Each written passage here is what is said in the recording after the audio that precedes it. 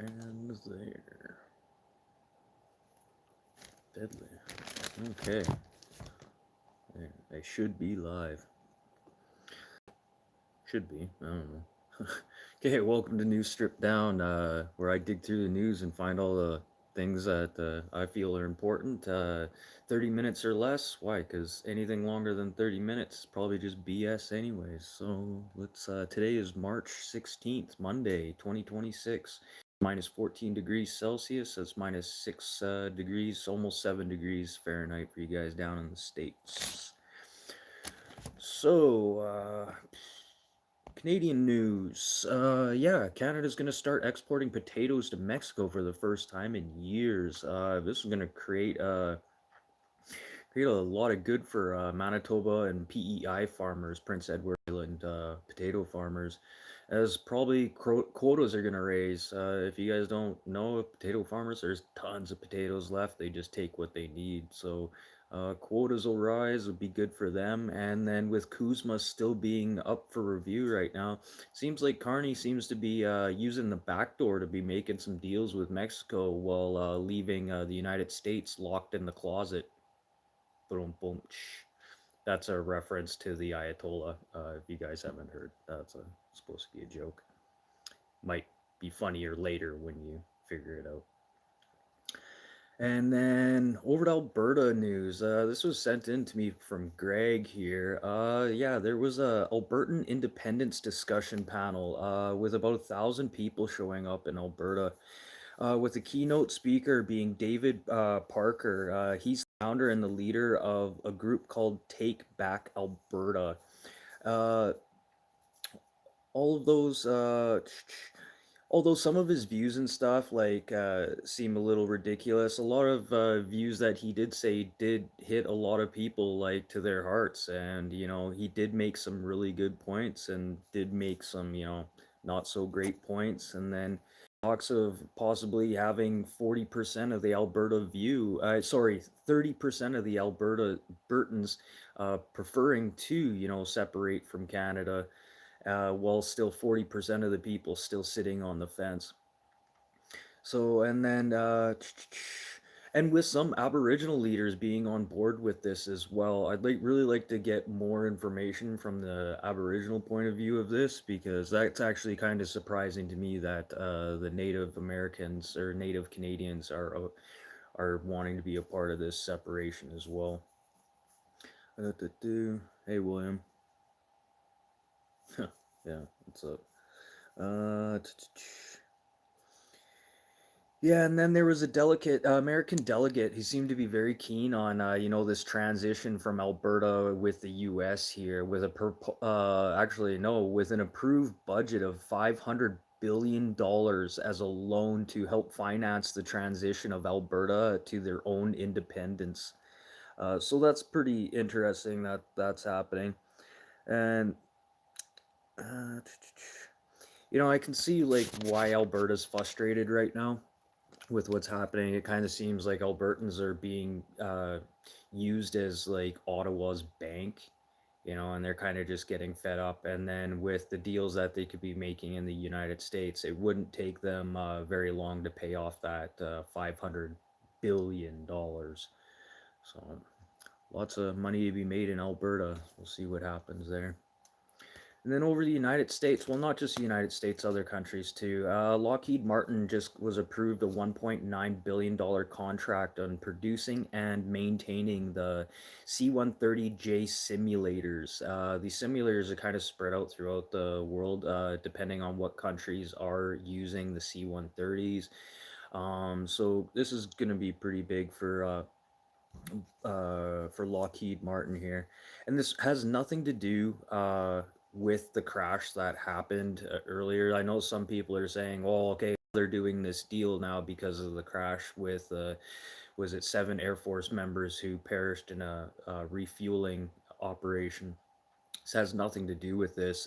This was actually set on paper for February 26th or 27th and was just awarded this morning. So, yeah, just as a reminder, some of you guys, I just want to make clear that this has nothing to do with the crash that happened with the U.S. and the Middle East. And then yeah, and then someone decided to use the Gordie Howe Bridge, considering it's not open yet. Still some debate over who's going to be paying for this bridge. And with the costs the way they are right now, they're the prospective cost of using this bridge. Don't worry, that bridge will probably pay itself off in no time. So I don't know where the debate is on who should be paying for this bridge. It was a joint effort in the first place. And the gentleman, a 28-year-old man with previous convictions, previous arrests, has been detained by U.S. and Customs border agents. So at least somebody got some use out of it. One person, even though he's a criminal, but somebody got some use out of it. And then some international news here. The UK, Italy, Japan, and Canada are considering a joint project together on their new future next gen aircraft. Yeah, I know Canada's, kind of bumping up their military spending and stuff like that, but I kind of advise Canada is just sit back and wait on this right now because there's been a lot of these joint efforts that have happened in Europe and the UK, and they don't seem to be going anywhere. They seem like money pits right now, and let these other three countries kind of fight it over right now. Because right now, with four heads trying to decide on the next gen aircraft, that's probably too many heads than what's necessary to get an actual like program and development down. And then over to Cuba, Havana is talking about allowing Cuban nationals that are not living or that are living abroad to start investing money into some of their private sector and their own businesses. I don't know how this is going to work with most nationals. Like most nationals in Cuba left due to persecution and stuff like that. And what kind of benefits are they going to receive by coming back to Cuba and investing money into Cuba? And then really what's the point with the infrastructure being so like impacted right now? Like what's to really influence you to invest money into a dwindling country? Like we could go back to January 1959, when all the mafia bosses had their casinos taken over and kicked out of Cuba. Like what's to stop the Cuban government for using foreign nationals' money and then just kicking them out or arresting them again after? I'm just relating what happened in 1959, not saying that's what's happening right now, but like really, you guys remember what happened in the past year, and that was a big issue. If you want to dig into it, JFK had a little part of that as well.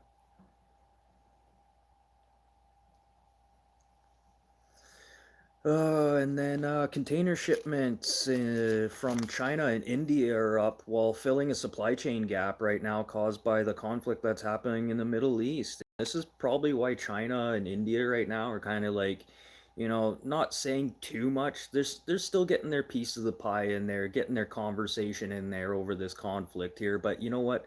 With China and India, ports are getting more use. There's always a dollar to be made in war. So this is probably why you're not hearing so much comments from China. And the U.S. is supposed to be sitting down with China here within, I think, the next 30 days. I don't know how that's going to work out or if this planned sit down is even going to happen, especially with what's happening in the Middle East and with some other things that, are coming up now. Hey, Jimin. Oh, and then that's it for that page. Hey, you did that, did that, did that. And then over to Thailand. Thailand found 284 tons of electronic e-waste sent to them illegally by the U.S. in 12 container ships. More container ships could possibly be found. Authorities are sending these back as a reminder from Thailand to the United States. We're not Trump's American dumping ground. Quote authorities from Thailand. So it could possibly mean more shipments. I don't know who's paying for this. Probably the port authorities are going to pay for this out of pocket because it'd probably be easier for them to ship it back than it would for them to deal with specific e-waste, considering it's not a very good product to really be handling, and not too many facilities that are willing to take it or even set up to be recycling these types of e-waste. And then U.S. steel imports to Canada are down 20% as the tariff war keeps shifting here.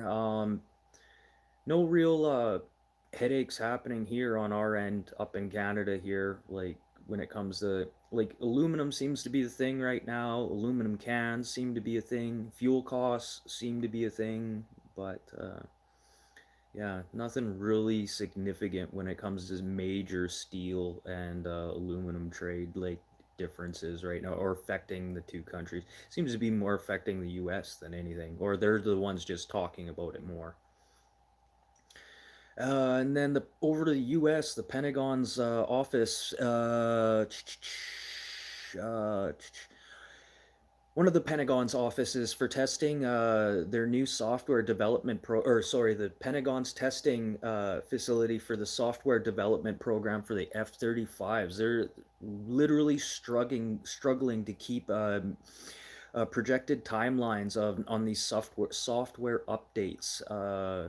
Like they can't keep up with these, and you're seeing this right now. There's been talk of delays on software updates on these new F-35s. There still are a lot of F-35s that are running out there that are running on previous software. And then don't forget about some of the F-35s that did crash. I think we had three last year or two last year, and then one this year. And all those aircraft that have crashed did not have this updated software program. So to say, like it's pretty necessary. So they should probably hop skippity on that, and this should be a reminder to other foreign countries that are interested in these F-35s with expected delays on things like this. Like expect it then. Like either don't buy the aircraft or expect major delays on specific software updates. And then who's to say the US isn't just going to turn off the updates when they feel that it's necessary for their gain? And then Trump's calls to have people, or sorry, other countries to kind of help them out with this war in the Middle East here. A lot of countries are pretty much refusing to help right now. A lot of countries are sitting here up on the fence while Trump is saying, hey, if you help us now, we'll help you later. And that's kind of the voice and the chatter that's happening right now. So yeah, that's pretty much for the news today, March 16th, 2026, you guys.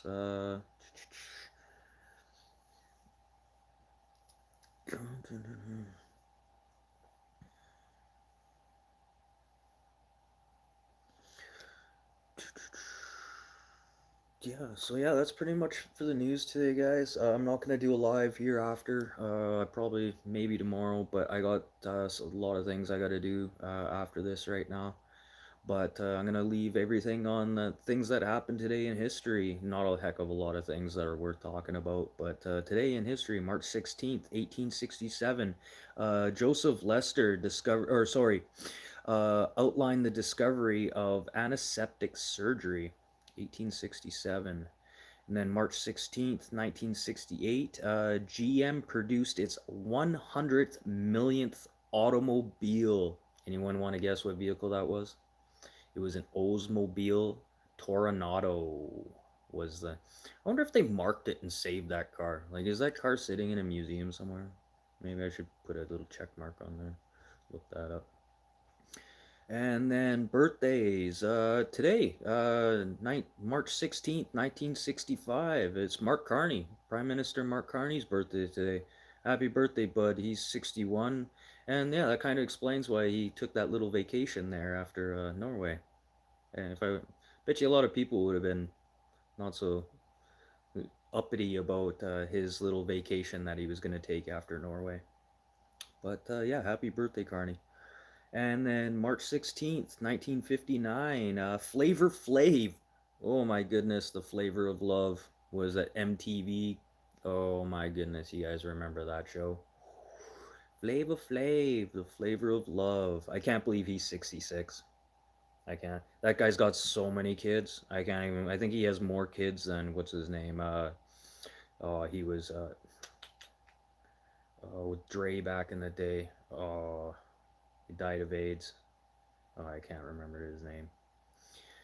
Anyways, and then today, March 16th, 1926, Jerry Lewis's birthday. Yeah, he died in 2017. Yeah, at the age of 91. And then another birthday, E.G. Aniwawan. He's a Japanese fella, 1963. He's 63 today. What? That doesn't make any sense. Does that? Anyways, he was one of the leading producers and main creators of Zelda, the video game. So yeah, besides other birthdays that no one would ever know about and other things in history that really don't need to be talked about. If you want to look up World War II history, there's a lot of stuff that happened today in history in World War II. Oh, yeah, it probably still is running that old car, right? But yeah, you guys like the format like this, hit the like button, subscribe. I'm here Monday to Friday, PM Central Time. I'm up in Canada, and yeah, don't forget to hit the like button, subscribe. And I'll be back tomorrow with Tuesday's show, and yeah, let's see what kind of topics come up for tomorrow's show. And if you guys, uh, like Greg, thanks for that information you sent me about what's happening in Alberta there. I love it when you guys send me stuff like that. But yeah, thanks a lot, Greg, for that. That was really nice. And yeah, for you guys too. Yeah, once this goes public, leave comments in there and stuff of things that you think I should talk about. But I'm not gonna get too deep into war, gun violence, school shootings, or anything like that, or Epstein files. I will talk about people that are affected by Epstein files, like people going to prison. But there's a lot more about the Epstein files that has to do with that than Epstein himself. So that's where I get into stuff like that. But that's it for today's show, you guys. Like I said, hit the like button, subscribe, and I'll see you guys tomorrow. Peace. Oh. Uh-oh. Uh-oh. Uh-oh. Oh, there we go. I thought I broke everything.